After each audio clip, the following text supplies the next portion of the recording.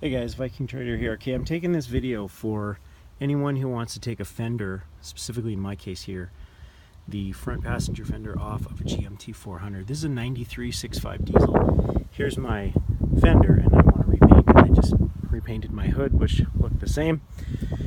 And getting this off was, it was one video by, I think, Jerry's. Anyway, a video, I'll put a link to it, on the internet, which was not the greatest, but it did the job. But in the process, though, I kind of got stumped up. Wasn't sure, because all the other videos I'd seen had the grill removed, as well as the hood removed, as well as the fender removed. So I just wanted to show you, you can do it. You do have to loosen, you have to loosen the grill. I did take the lenses out. You don't actually have to take it off. Okay, you just got to pull it out just a smidge, because the fitting between this this in here, the front of the fender, sort of tucks in here like this, and you got to just move this forward just a smidge to get it out nice. There's a bolt down here that he wasn't very good at showing, but it's tough to get to. You have to get to it from the bottom up like this.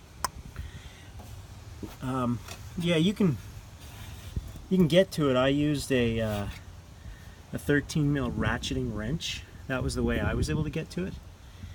And then the other thing that I'm not sure if this piece here, which is sort of like this soft trim piece that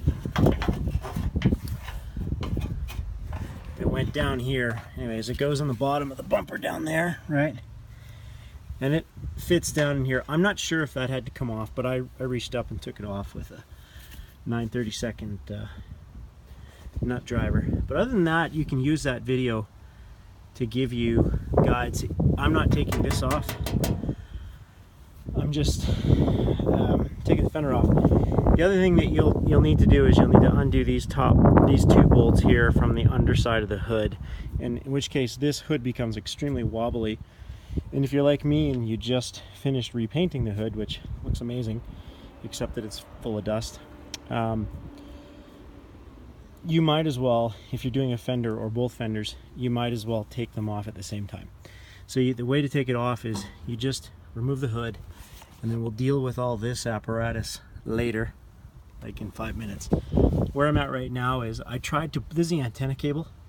I tried to disconnect that by sort of peeling that back like a rubber, but I couldn't get it to disconnect. I pulled pretty hard on it. I don't want to ruin it. So instead what I'm going to do is, I don't have a spanner wrench for this, but what I've seen guys do is they take 2 nails, and then they take a crescent wrench, and they space them correctly in the crescent wrench, and they just get that thing backed off. Worst case scenario, I'll just use a vice grips on it or something. I don't really care how that looks. Anyway, you can do it by following that guy's video, and I'll probably put a link to it below. But I just wanted to, for those of us who are not removing the bumper, not removing the grill, and not removing the hood, it is possible to do.